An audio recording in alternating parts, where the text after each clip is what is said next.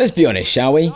These days, most big gaming titles promise the world and deliver a puddle. I've been burned too many times by flashy trailers and cinematic reveals that hide buggy launches, half-baked mechanics, and stories that feel like afterthoughts. It's exhausting. We've all spent our hard-earned money on games that shove in overpriced microtransactions, force unnecessary online connections, or devolve into repetitive grindfests. When Kingdom Come Deliverance 2 was announced, I wanted to be excited but kept my expectations in check. But truth be told, I secretly craved more. I wanted to lose myself in a living, breathing world where every decision mattered. Something that feels increasingly rare in an industry obsessed with live service games and constant online engagement. So many modern titles chase fleeting trends, bombarding players with battle passes, daily tasks, and endless updates that feel more like second jobs than entertainment. I wanted side quests that felt like genuine adventures, not endless checklists designed to keep me hooked for engagement metrics. I yearned for a challenge that would push me, frustrate me even, but ultimately reward me with that sweet sense of accomplishment. I longed for immersive environments, places that would make me slow down, admire the scenery, and forget the real world for just a little while. And honestly, I miss that feeling of being so engrossed in a game that it sticks with me even when I'm not playing it. Could Kingdom Come Deliverance 2 be that game? From the very first moments of Kingdom Come Deliverance 2, I knew this wasn't just another RPG. Everything about it felt thoughtfully crafted. The game world?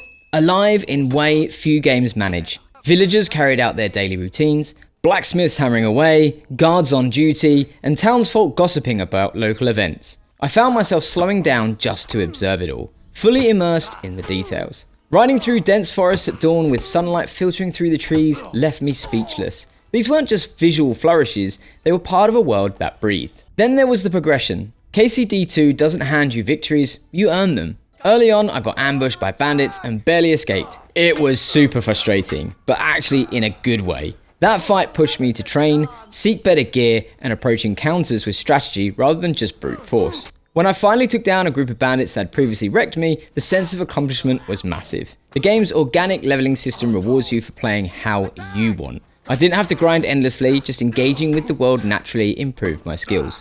Whether it was mastering swordplay, brewing potions, or haggling in the market, I felt myself getting better alongside my character. My choices also too absolutely mattered. Conversations weren't just fluff, they carried weight. I remember failing a persuasion check, expecting a simple no response, but instead the scene changed entirely, sending me down a different quest path. These unexpected turns made the world feel reactive and alive. And the side quests, some of the best I've played. What seemed like a simple errand often unraveled into compelling narratives with their own twists and emotional beats.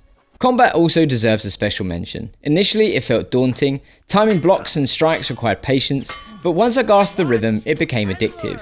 Each encounter felt like a mini chess match, especially when outnumbered. I can't count how many times I found myself holding my breath during tense duels, heart pounding as I waited for the perfect moment to counterattack and wishing not to die because I hadn't drunk my saviour snaps for about 2 hours. What truly sets Kingdom Come Deliverance 2 apart is how utterly engrossing it is. Hours slipped by unnoticed as I explored, fought, and navigated the moral complexities of medieval Bohemia. One evening, I decided to just do one more quest and found myself, hours later, crouched behind a tavern, eavesdropping on a conversation that spiraled into a web of choices I hadn't anticipated. The game constantly pulled me deeper, rewarding exploration with hidden stories, random encounters, and breathtaking vistas that made me pause just to take it all in. There's a remarkable sense of accomplishment woven into every aspect of the experience.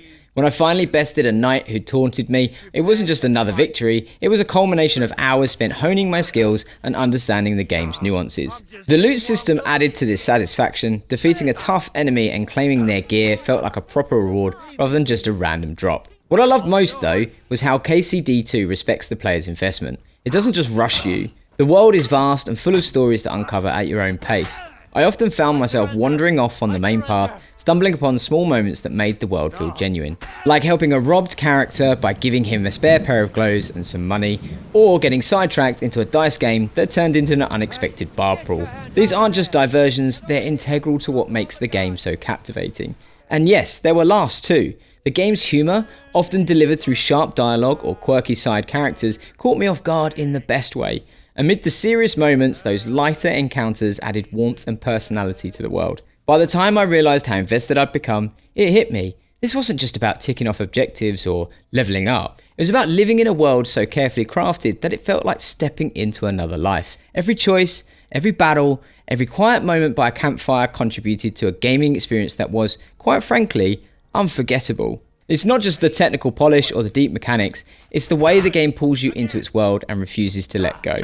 In an era crowded with cookie-cutter releases and shallow open worlds or live services, this game is a shining example of what happens when developers pour genuine passion into their work. If you've been yearning for a game that challenges you, respects your time, and offers the kind of immersion escapism that sticks with you long after you put down the controller, Kingdom Come Deliverance 2 is it. Trust me, it's worth every fucking penny.